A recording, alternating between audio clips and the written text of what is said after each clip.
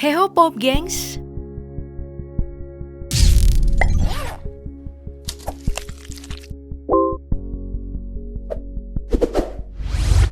Tidak terasa sebentar lagi kita akan menyambut Idul Fitri setelah sebulan penuh di bulan Ramadan.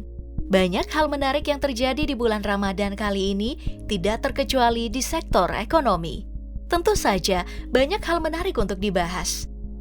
Mulai dari bagaimana ekonomi Indonesia menjelang Ramadan tahun ini, sektor mana yang paling cuan, dan sampai bagaimana prediksi gejolak ekonomi setelah Lebaran.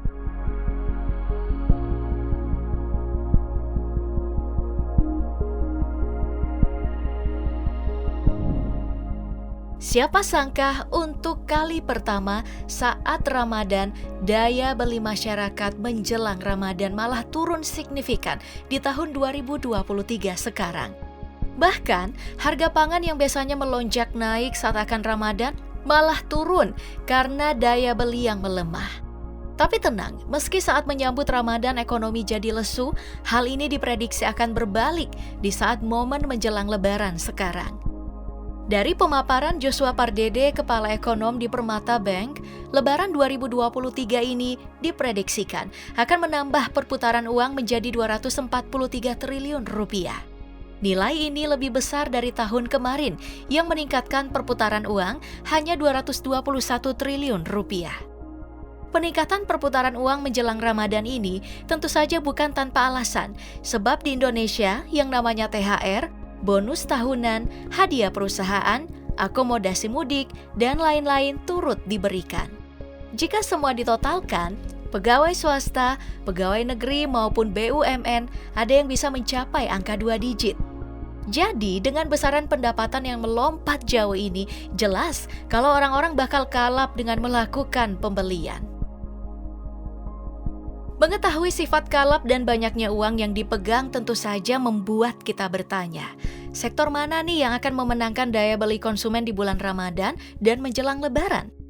Dari data yang didapatkan, setidaknya ada 5 sektor yang paling diminati pada bulan suci ini, mulai dari makanan dan minuman, peralatan rumah tangga, pakaian, telekomunikasi hingga dengan bahan bakar. Untuk makanan dan minuman, peningkatan yang terjadi cukup signifikan di angka 20 hingga 30%. Peningkatan ini didorong oleh beberapa faktor kunci, seperti adanya buka puasa bersama, banjir diskon, hingga datangnya budaya menyetok makanan untuk persiapan sahur. Beberapa produk yang diincar seperti makanan kaleng, kurma, hingga sirup. Soal sirup Indonesia yang jadi andalan, jelas masih ABC dan Marjan. Nah, sektor makanan dan minuman ini juga mendorong penggunaan jasa antar online.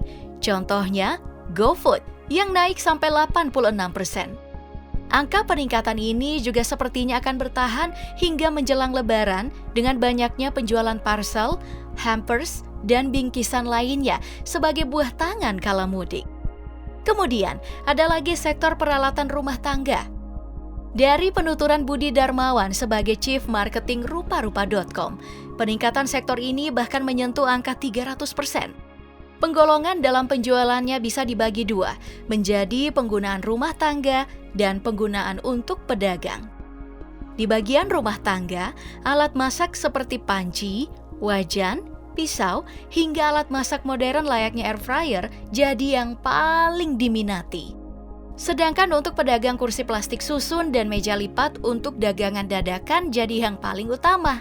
Nah, menariknya, dorongan tren pembelian alat rumah tangga ini ternyata disebabkan oleh pandemi. Kita tahu sendiri, saat semua orang terkunci di rumah beberapa tahun kemarin, langsung banyak yang rajin belajar memasak. Perbelanjaan alat rumah tangga menjelang Lebaran juga jadi kunci yang baik untuk flexing saat silaturahmi keluarga. Nah, untuk sektor fashion sendiri menjadi sektor yang peningkatannya sangat gila, yaitu 400%. Dari data iPrice, pembelian sektor fashion di bulan Ramadan bisa dikategorikan berdasarkan gender untuk melihat pakaian paling laris. Untuk pria, 3 item fashion paling laris adalah peci, sarung, dan baju koko. Sedangkan untuk wanita, 3 item fashion paling larisnya adalah mukena katun, kaftan, dan juga gamis polos. Kegilaan peningkatan penjualan dari sektor fashion ini jelas didorong dengan tren dan budaya baju baru menjelang Lebaran. Penetrasinya makin kuat disebabkan dengan datangnya diskon meriah dan beragam toko fashion. Belum lagi dengan adanya TikTok Shop, FB Ads, dan IG Ads yang membuat hampir setiap aspek penjualan dalam dunia fashion terus membeludak. Oh iya, karena sektor ini jadi yang paling diminati, mau ngingetin nih kalau di sini waspada ya dengan penipuan pedagang baju online. Sebab sekarang udah banyak nih store-store bodong di media sosial yang cuma comot gambar dari store lain untuk nipu. Pokoknya stay safe ya pop gengsku. Menyinggung adanya potensi penipuan online tadi memang wajar di-mention sebab penggunaan internet di bulan Ramadan juga meningkat besar nih, yakni 20%. Peningkatan konsumsi internet ini membeludak sebab tingginya akses internet dari tengah malam menjelang sahur hingga sholat subuh.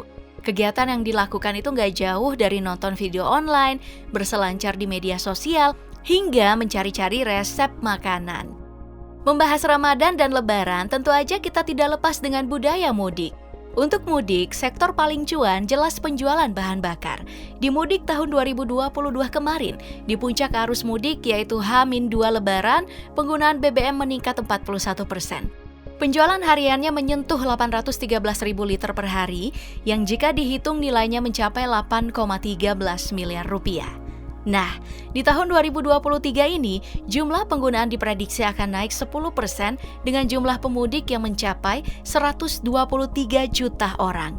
Untuk menanggulangi arus mudik yang begitu padat ini, Pertamina telah menyiapkan 1.500 outlet SPBU, 5.000 agen resmi, dan 391 unit sepeda motor pengantar bahan bakar. Semoga persiapan ini bisa matang dan membuat suplai dari bahan bakar bisa lancar ya. Baik, setelah membahas seluruh sektor yang paling cuan saat Ramadan dan makin meningkat menjelang Lebaran, bagaimana kalau kita maju menuju momen pasca Lebaran? Di Indonesia ada sebuah fenomena pasca Lebaran yang dikenal dengan kantong bolong. Setelah mendapatkan pendapatan yang begitu menggairahkan seperti yang tadi kusebutkan, adanya THR, bonus, dan lain-lain, perbelanjaan di Indonesia ini makin membeludak. Tahun 2022 kemarin saja, Bank Indonesia mencatat bahwa realisasi penarikan uang tunai mencapai 180,2 triliun rupiah. Tentu saja, uang ini habis dibelanjakan untuk segala keperluan dan THR sanak saudara. Fenomena kantong bolong ini sebenarnya makin berbahaya mengingat pasca Ramadan kenaikan bahan pangan juga sering terjadi. Kombinasi keuangan yang banyak berkurang dan juga kenaikan bahan pangan berimbas pada melemahnya daya beli masyarakat pasca Lebaran. Makanya, pemerintah punya tugas penting untuk menjaga daya beli masyarakat setelah Lebaran, mulai dari melakukan pengendalian harga bahan pangan dan strategi-strategi lainnya seperti membuat momentum event kesenian dan olahraga untuk mempertahankan momden bagi UMKM. Nah, itu tadi video kali ini, sampai jumpa di video berikutnya.